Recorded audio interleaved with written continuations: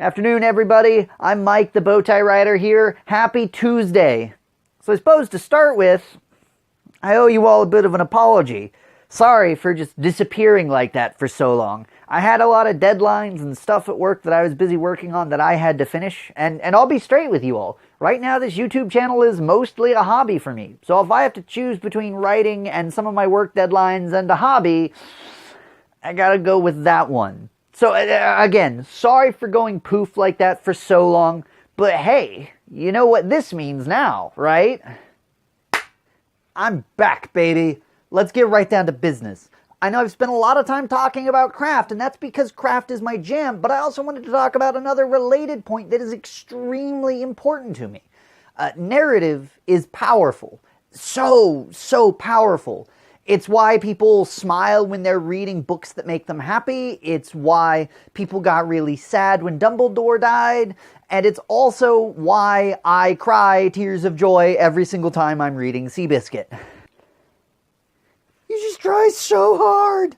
Good writing creates a powerful emotional response. I mean, that's why we read. Whether we're looking to be slightly scared in a safe environment, we're looking for the exhilaration of adventure, the thrill of romance, or just something light and fluffy to get us away from the day-to-day grind.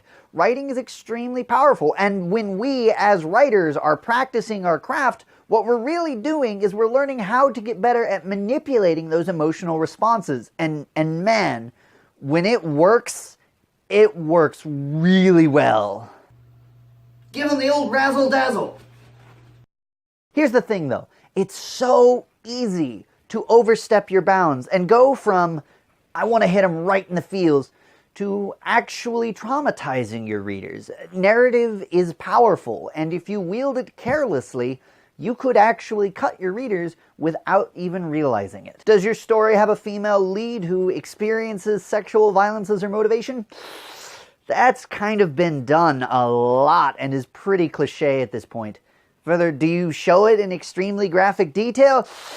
That could really hurt any reader who has actually experienced something like that similar. Do you have a story with a kid who dies, or maybe just gets beaten up a lot?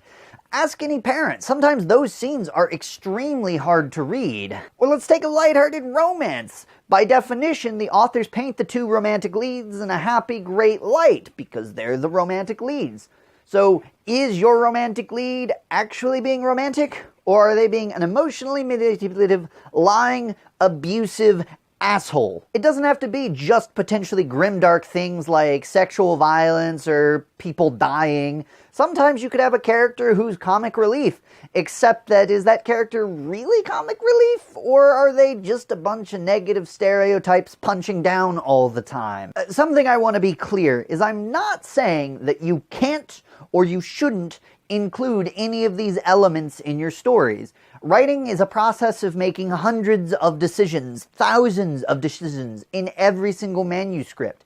I just want you to be intentional about the decisions that you make, because if you make some of these decisions lightly, they could have real consequences for some of your readers. That is your responsibility as a writer. That's the responsibility of anyone who is creating narrative. You need to not wield it lightly and be extremely intentional about the choices that you're making. And just think about it a little bit. Do you really need that graphic rape scene? Do you have to show that child getting beat up or, assaulted in any way? Is that stuff necessary? And if it is necessary to your story, if you feel it is essential, go ahead and include it. I'm not going to be one to tell you what you should or shouldn't write.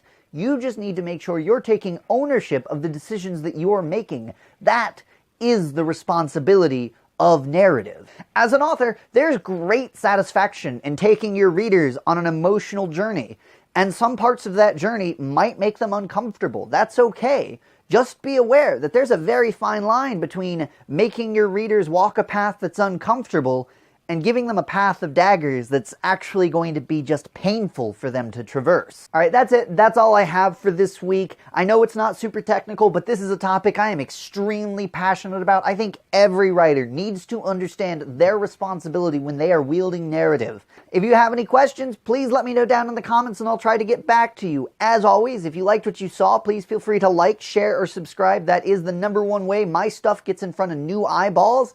Otherwise, that's it. That's all I have for this week. I'm Mike, the Bowtie Writer. I will see you all next time. Until then, remember that narrative is a powerful tool. Use it wisely and be kind to your readers.